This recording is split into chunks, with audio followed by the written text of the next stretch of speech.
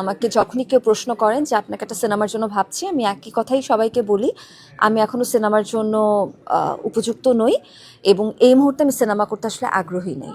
কারণ এত বড় পর্দায় নিজেকে দেখার পর নিজের ভুলগুলো সম্পর্কে আরও বেশি সচেতন হয়ে উঠি এবং এক ধরনের দায়িত্বের মধ্যে তখন এটা পড়ে যায় যে না, এই ভুলগুলো শুধরে আমি নতুনভাবে নিজেকে উপস্থাপন করতে চাই দর্শকের সামনে। তো এই মুহূর্তে সিনেমা না।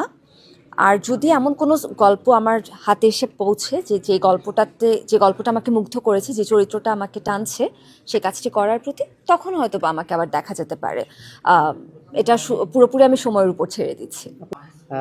আমি না করে দিব, কারণ আমার কাছে গল্পটা হচ্ছে গিয়ে আসল হিরো। কো আর্টিস্ট অবশ্যই ম্যাটার করে, আমি সিনেমার ক্ষেত্রে তো অবশ্যই, এটাকে ডিনাই করার কোনো কারণ নেই।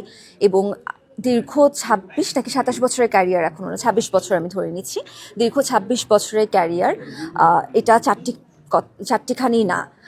আমাদের ফিল্ম ইন্ডাস্ট্রিতে অনেক উত্থান পতন হয়েছে এবং তার মধ্যেও যে তিনি নিজেকে টিকিয়ে রেখেছেন, সেটা কিন্তু অনেক অনেক বড় একটা কথা প্রচলিত আছে, ডাইনোসর এত বিশাল বিলুপ্ত হয়ে গেছে কিন্তু তেলাপোকা এখনও টিকে আছে।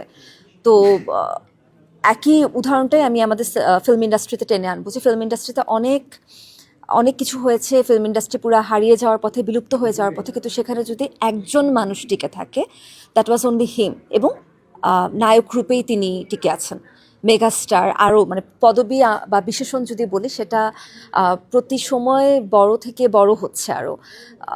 অবশ্যই তার সাথে কাজ করার ক্ষেত্রে আমি তো চাইবই যে বড় একটা অ্যারেঞ্জমেন্ট যেন হয়, সব থেকে বেস্ট কমার্শিয়াল ফিল্মের সব থেকে বেস্ট যে টিম, সেই টিমটা যেন আমি পাই, নির্মাতা যেন পাই, গল্পটা যেন পাই, সেখানে আমার চরিত্রটিকে মেলে ধরার যেন সুযোগ পাই। কেন আমি চাইবো না?